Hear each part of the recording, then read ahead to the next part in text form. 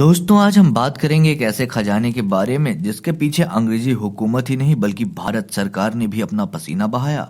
लेकिन उस खजाने का रहस्य किसी को नहीं पता। आज हम बात करेंगे बादशाह अकबर के बेहद अजीज राजा मान सिंह के खजाने के बारे में।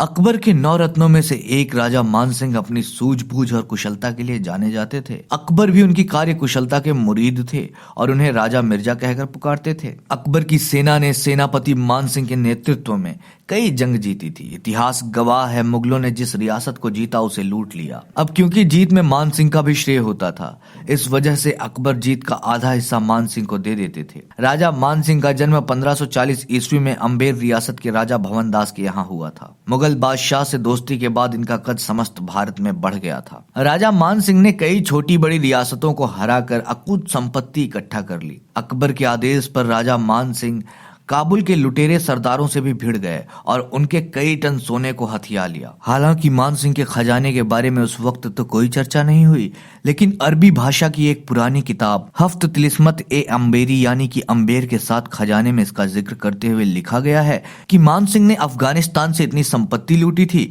कि उससे कई रियासतों का पेट पाला जा सकता था और उस खजाने को जयगढ़ किले के नीचे बनी पानी की 7 विशालकाय टंकियों के नीचे छिपाया गया है। 1975 में इंदिरा गांधी ने देश में आपातकाल की घोषणा की। यह सरकार की मनमानी का मौका था। केंद्र सरकार के आदेश पर गायत्री देवी को जेल में डाल दिया गया। गायत्री देवी उस वक्त जयपुर राजघराने का प्रतिनिधित्व कर रही थी।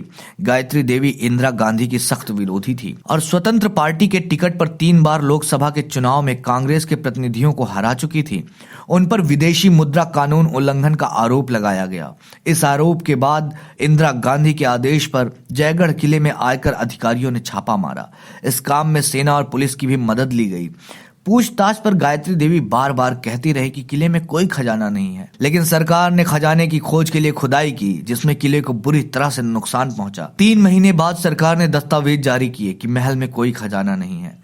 आपको बता दें कि राजा जय सिंह ने 1726 में जयगढ़ किले का निर्माण करवाया था, जिसमें एक सुरंग बनाई गई थी जो राजा मान सिंह के आमेर के किले में खुलता था।